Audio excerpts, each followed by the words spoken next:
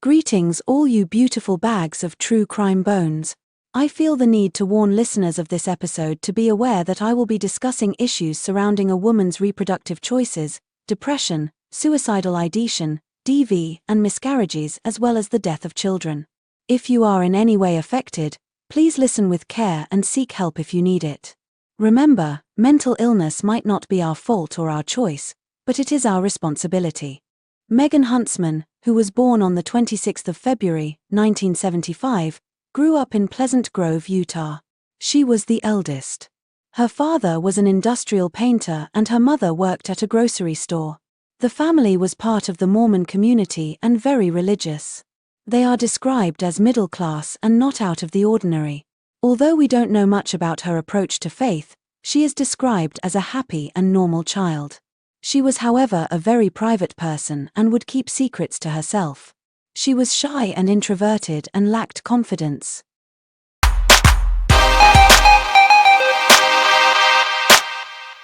Megan did, however, have a close friendship group and would have sleepovers, but she kept herself very private.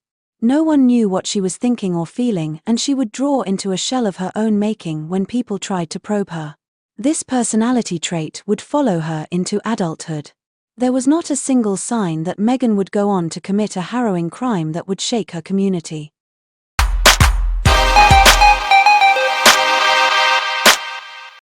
Megan did have one confidant by the name of Darren West. He was older than she was, but all we know is that she was in the same school as he was. Darren was a bit of a bad boy who frequently got into trouble. He was often late for school and sometimes he did not even show up, and he loved to party, drink and smoke. Megan was attracted to the rebellious side of Darren and soon the two opposites started a romance. By the time Darren was in college and Megan had just graduated high school, the relationship had become so serious that he proposed to her. In April 1993, the couple got married.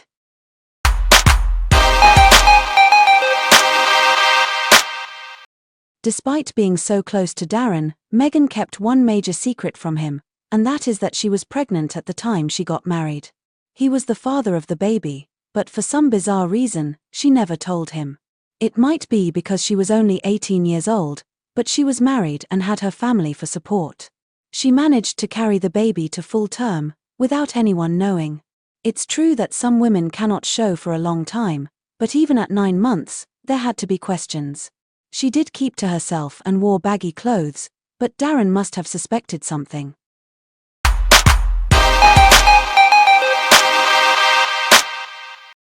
A week before she gave birth, she sprung this monumental news on Darren. A couple of days later she gave birth on her own in her home in the bathroom. The family finally found out, but what their reactions were, no one knows. Now that there was a little baby daughter in the couple's life, Darren's family gave them one of their homes to live in. Megan found work as a cleaner and a babysitter and things appeared to be normal again. Darren got a job at a construction company and the little family carried on as usual.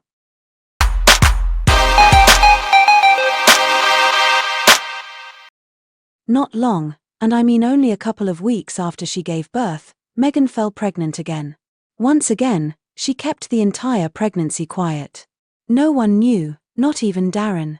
This time she gave birth at home again alone. Darren came home and was just given a newborn baby that was the latest addition to their family without any warning. At this time, the first daughter was only a 1-year-old little girl and the newborn baby was also a little girl.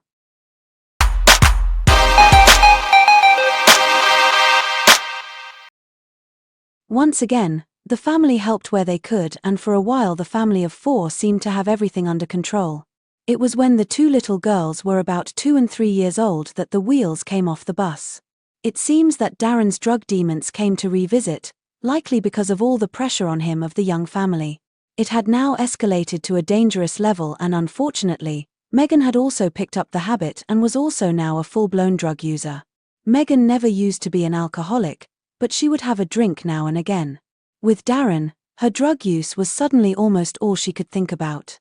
It did not take long before a hit from the drug that rhymes with pistol death here and there became a consuming addiction.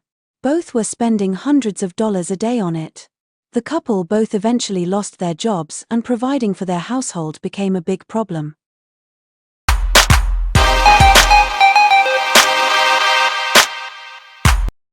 Darren then got the bright idea to not only manufacture his drug of choice, but also to sell it from his home.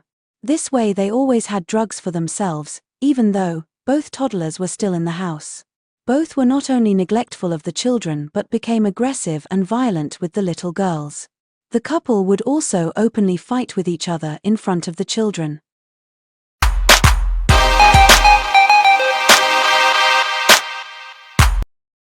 Megan began to suffer from anxiety and depression, likely because of the vast quantity of drugs she was consuming. Not only did she become paranoid, but her skin started to get a sickly hue and her hair started to fall out. She lost a lot of weight and would look double her age. It was never confirmed that there was physical violence, but Megan was often seen with black and blue marks on her arms and on her face.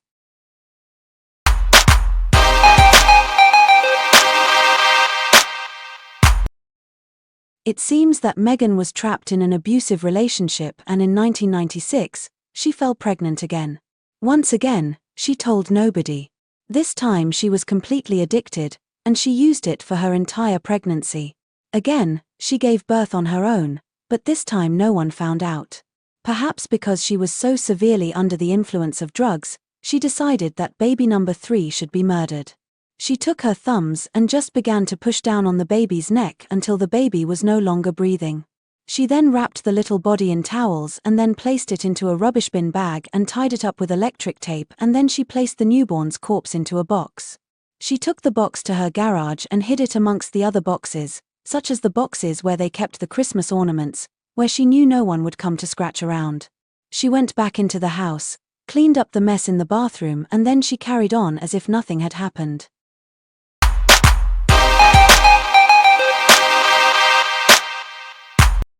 Megan continued, in a home with domestic violence and drug abuse, to raise her 2 daughters and discovered once again, she was pregnant. With the 4th pregnancy, she told no one and hid it from the world.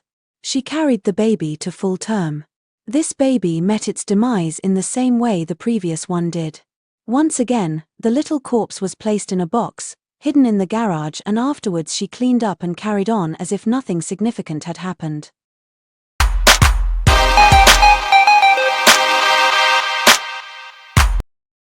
Between the ages of 21 and 31 years old, Megan became pregnant repeatedly. She continued to hide the pregnancies, give birth alone, and then to kill the babies which she hid in the garage. The exception was when the baby was a stillborn. Another strange thing about this case is that twice during these births, there were other adults in the house. During one of the births, Megan was watching television with Darren and his brother when she just casually got up, told them that she was not feeling too well and was going to have a bath and go to bed early. What happened instead was she gave birth and then committed homicide. Despite the tremendous pain associated with a normal birth, Megan never made a sound.